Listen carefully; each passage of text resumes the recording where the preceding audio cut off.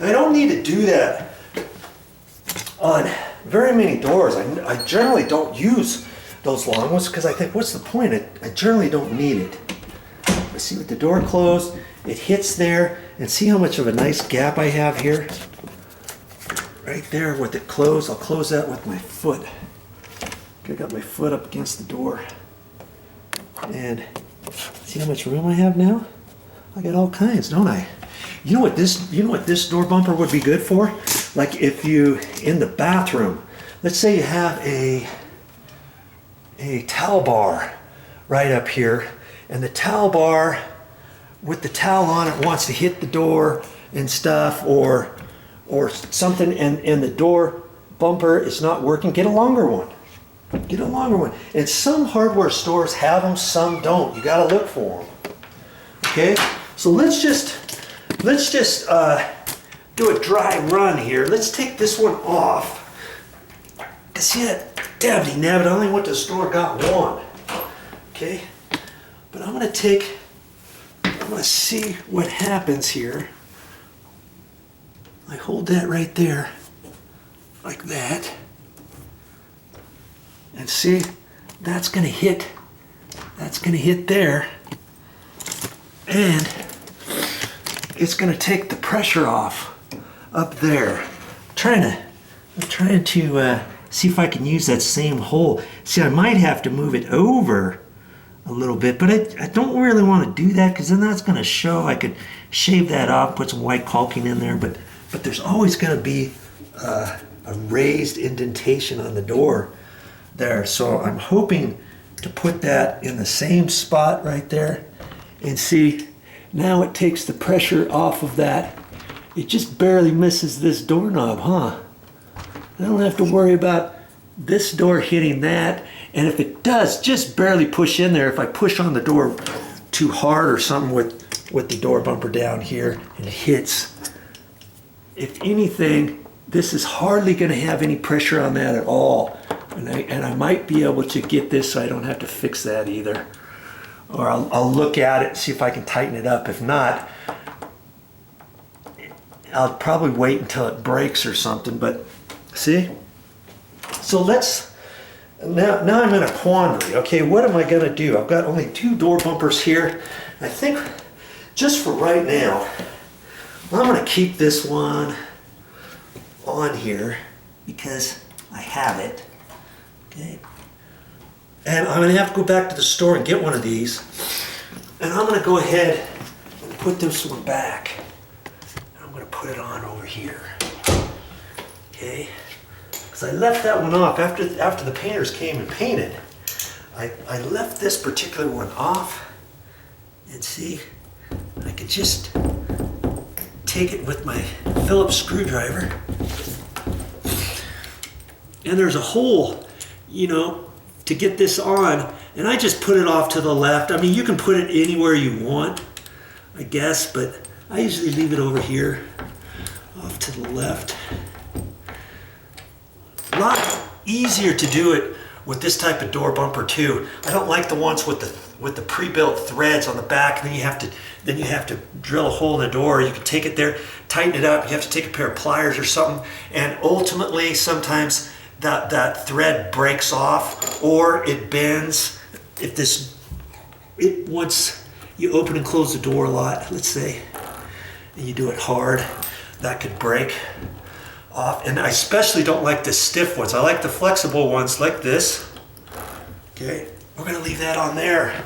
I think I'm gonna leave that, and then next time I'm at the store, I'll get another one. Okay, but now I can hold this in my hands. I didn't think I was gonna make this video this long, but okay, a little bit longer now. Here we are. See, it's hitting at the bottom now. And it's just missing that. See, if I push hard on that, let's say, like that, it pushes this a little bit, and that's because I've actually got to adjust this, and I can adjust this too to make it go in tighter. Okay, so see, it hits down there, and it misses up there now with a nice longer door bumper, and I'll put a long door bumper on here because this door bumper's not really helping this door when this door opens, is it? It's still going to hit there, and it's just barely missing the door right there.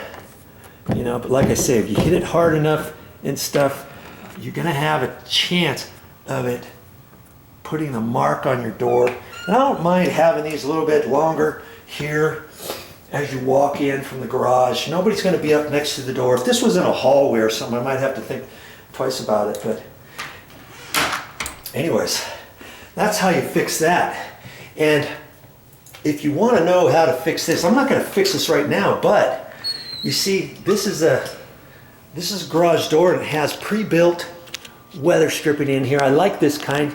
And see, there's a groove in the wood right in here. And you take this weather stripping, push it right in there. I like that.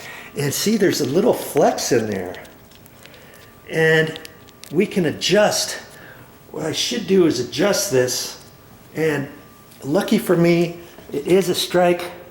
If you've been watching my videos, you should be able to know how to adjust the strike plate. There's a little tab that goes in there, and on this one here, there's a nib right there where you can put a standard slotted screwdriver, put it in there, and bend that. You're bending that tab over at a slight angle, and that'll nudge the door closer to the weather stripping. And if you can't get it far enough, worst case scenario, you'd have to take this out, move it over maybe a 1/16 of an inch or so, or 1/8 of an inch, remortise out the edge of this, pre-drill these holes for new holes. And if these holes are too close, you can put a little piece of wood in there, a matchstick, a little shaving off of a 2x4, tap it in there so that when you pre-drill new holes, let's say, these screws don't want to slide into the old holes. Then you can take this strike plate and slide it, the whole thing over, okay? Once you do that, then where your strike plate is for the deadbolt, you may have to ream out the edge of it or something, or whatever, because obviously that deadbolt is going to be slightly over this way a little bit, and hopefully it'll still fit in here. If it doesn't, you may have to take a little reamer bit on the side here or something like that. And look at this deadbolt strike. They used a strike plate that's kind of like for doors down here at the bottom. Usually you do that, and the strike plate up here is rectangular, or a taller rectangular one with the backing plate with 2 screws in there, so one screw can get you know, a 3-inch long screw that goes all the way through here into your wood 2x4 back here, right? So that if somebody tries to break into your door, you've got a big, huge, long screw here and a big, huge, long screw down here on the backing plate, and then you've got the rectangular plate over the deadbolt strike. If you can follow that and put it on there, somebody tries to break in, you've got those long screws in there. You see what I mean? And those screws are going all the way into the 2x4, not just to the door jamb itself. Right now, these screws are only yay long, 3/4 of an inch long. Somebody wanted to come in here and kick this door open. You've got 2 little screws here, and these could be maybe even 1/2 inch to 5/8 long. Same thing up here, okay? And all that would happen is this door jamb would crack right here, because the door jamb's 3/4 of an inch deep, thick, and the screws are only about that. So this jamb would kind of split off up here and maybe down this way and crack off there, and this door will open right up after the door jamb gets pushed into the trim, so the trim has to break out, and that's not attached very well either. So, you know, there's a tip for you on your deadbolts. But see, if you adjust this, cause see all the play here? That's a lot. Look at that. See? And I need to do that. Just haven't done it yet. That way, if I adjust that and push in all the way like that and get it adjusted tight, then this deadbolt, see, it'll hit, because it's hitting the back side of that. See, when it's loose, it goes in. See? And if I push that in all the way tight like that, I'm not gonna be able to push that deadbolt in, because it's gonna hit the edge of this strike plate. Okay, enough of that. That'll be on another video. I'll probably end up making a video of that, how to adjust that. another time. Keep watching for my videos, and I hope you learned something on your door bumpers. Does size matter? Absolutely yes.